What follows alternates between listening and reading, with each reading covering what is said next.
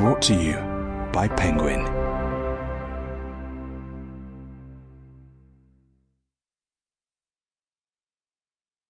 The Confidential Agent by Greene. Read by Tim Pigott-Smith. Part 1. The Hunted. Chapter 1. The gulls swept over Dover. They sailed out like flakes of the fog and tacked back towards the hidden town, while the siren mourned with them. Other ships replied. A whole wake lifted up their voices. For whose death? The ship moved at half speed through the bitter autumn evening. It reminded Dee of a hearse, rolling slowly and discreetly towards the Garden of Peace, the driver careful not to shake the coffin, as if the body minded a jolt or two. Hysterical women shrieked among the shrouds. The third-class bar was jammed. A rugger team was returning home, and they scrummed boisterously for their glasses, wearing striped ties. Dee couldn't always understand what they were shouting. Perhaps it was slang or dialect. It would take a little time for his memory of English completely to return. He had known it very well once, but now his memories were rather literary. He tried to stand apart, a middle-aged man with a heavy moustache and a scarred chin, and worry like a habit on his forehead. But you couldn't go far in that bar. An elbow caught him in the ribs, and a mouth breathed bottled beer into his face. He was filled with a sense of amazement at these people.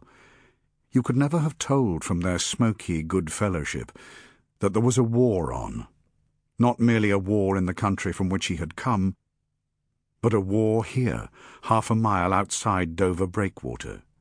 He carried the war with him. Wherever Dee was, there was the war. He could never understand that people were unaware of it. "Pass here! Pass here!" a player screamed at the barman, and somebody snatched his glass of beer and shouted, "Offside! Scrum!" They all screamed together. Dee said, "With your permission, edging out. He turned up the collar of his mackintosh and went up onto the cold and foggy deck where the gulls were mourning, blowing over his head towards Dover. He began to tramp, up and down beside the rail, to keep warm, his head down, the deck like a map marked with trenches, impossible positions, salients, deaths. Bombing planes took flight from between his eyes, and in his brain the mountains shook with shell bursts.